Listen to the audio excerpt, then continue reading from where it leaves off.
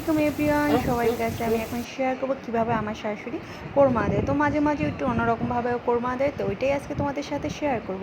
এই তো দেখতে পাচ্ছ পেঁয়াজ দাগানি করার পর এখানে তেজপাতা, দারচিনি, এলাচি, একটু হলুদ ফাঁকি আর দিয়ে দিয়েছে এলাচি গুঁড়া আর দিয়ে দিল আদা বাটা।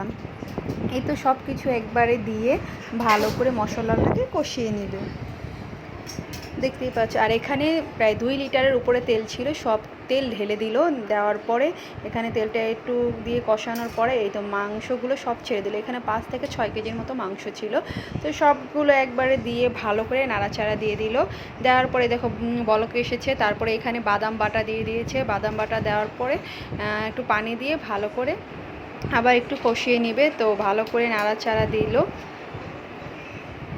তো মাংসগুলো একসাথে সব কিছু মিক্স করতেছে। তো এই তো ঢেকে দিলাম। দেওয়ার পরে আবার উঠিয়ে দেওয়ার পরে দেখো কালারটা কি সুন্দর আসছে। তো এরকমভাবে ভালো করে জাল হতে দেবো। কোরমার মাংস যত জাল হবে তত কালার সুন্দর আসে, যত মানে চুলার উপরে থাকবে ততই কালার আসবে। ও হ্যাঁ, এখানে কাঁচামরিচও ব্লেন্ডার করে দেওয়া হয়েছে। তো আমার কোরমা প্রায় হয়ে গিয়েছে। তো ভালো লাগে লাইক, কমেন্ট, শেয়ার করবেন। Thank you everyone.